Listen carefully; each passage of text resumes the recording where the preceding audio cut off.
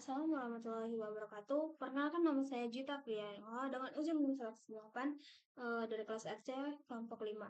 Di sini saya akan menjelaskan dari ketiga soal yang telah diberikan oleh Ibu Amal.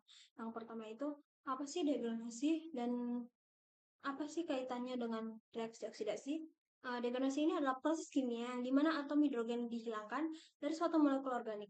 Dan degradasi ini merupakan kebalikan dari proses hidrogenasi. Contohnya adalah alkana bisa diubah menjadi alkena melalui degradasi. Hubungannya dengan oksidasi itu dalam konteks biokimia pasti tidak selalu berarti penambahan oksigen, tetapi bisa juga berarti dengan pelepasan elektron atau hidrogen. Maka degradasi adalah bentuk oksidasi karena menghilangkan hidrogen berarti melepaskan elektron dari molekul tersebut. Yang soal kedua itu apa sih peran dehidrogenasi ini dalam inisiasi oksidasi lipid dan dampaknya pada kerusakan pangan? Sebelum itu kita harus tahu itu apa lipid. Oksidasi lipid ini adalah proses utama yang menyebabkan ketengikan pada makanan yang pertama. Proses ini terdiri dari 3 tahap, yaitu inisiasi, propagasi, dan terminasi. Pada tahap inisiasi ini, degradasi berperan penting, yaitu sebagai asam lemak tak jenuh yang mengalami pelepasan hidrogen secara homolik yang membentuk radikal alkil. Radikal ini sangat aktif dan akan bereaksi dengan oksigen melalui bentuk radikal peroksi yang memicu berantai. Dan dampaknya terhadap pangan itu, terhadap dampak dan kerusakan pangan itu terbentuknya senyawa aldehid, ketan, dan molanaldehid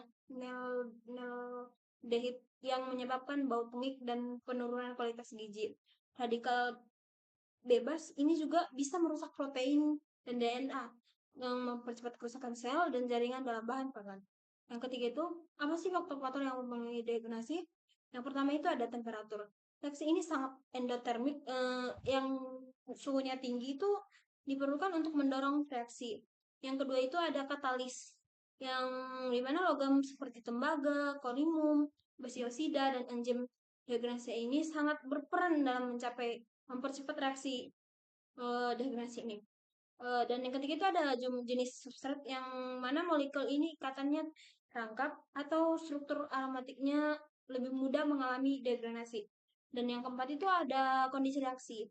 Kondisi reaksi ini adalah kehadiran oksigen, logam transisi dan atau radiasi UV yang bisa mempercepat pembentukan radikal bebas yang memicu degradasi.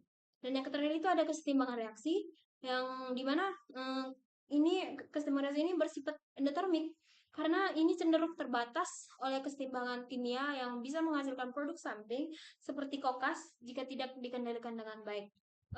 Begitulah yang dapat saya jelaskan. Sekian dan terima kasih.